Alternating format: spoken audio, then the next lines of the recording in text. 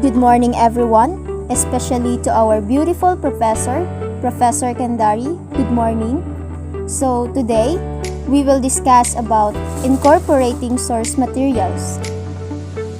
In the 21st century, finding useful materials is not as daunting as in the earlier times. Daunting means seeming difficult to deal with an anticipation. In fact, you will be surprised that your topic is not as novel as you think. It is since book, journal articles, and other online references and bulletin have already tackled your topic. So, given this scenario, our topic for today will give answers for the following questions. How will you know, how will you direct your research, and how much information will you consider?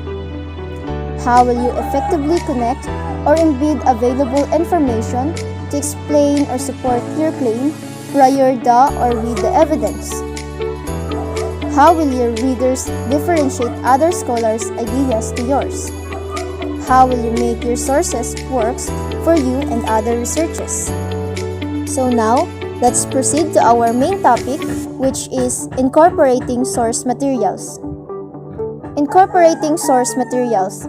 When we say incorporating, it is something to take in or contain as part of a whole, while source materials, it is the publications from which information is obtained. So, there are three main ways to use source materials, and those are quoting, paraphrasing, and summarizing. First, what is quoting? Quoting is when you use the exact words from the source. You will need to put quotation marks around the words that are not your own and cite where they came from. Second is paraphrasing. Paraphrasing is a way of using different words and phrasing to present new ideas. And last, summarizing. Summarizing is defined as taking a lot of information and creating a condensed version that covers the main points. Prior to mastering quoting, paraphrasing, and summarizing sources materials, you need to take into consideration simple yet essential skills in taking notes.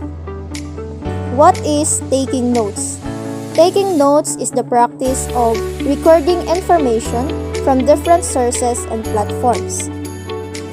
There are some tips in taking notes adapted from Bb.RK 2009. First, use index cards, a computer file, or a notebook, labeling each entry with the information that will allow you to keep track of where it comes from author, title, and the pages or the URL.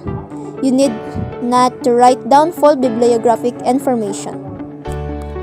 Second, take notes in your own words and use your own sentence patterns. If you make a note that you will know to provide appropriate documentation if you use to it. Third, if you find wording that you'd like to quote, be sure to enclose it in quotation marks to distinguish your source's words from your own. Then, double-check your notes. Be sure any quoted materials is accurately quoted and that you haven't accidentally plagiarized your sources. And last, label each note with a subject heading. Good day, everyone. So now, let's proceed to synthesizing. Synthesizing simply means combining. At a very basic level, synthesis refers to the combining multiple sources and ideas. This type of assignment requires that you examine a variety of sources and identify their relationship to your thesis. So, here are some tips for reading to identify patterns and connection.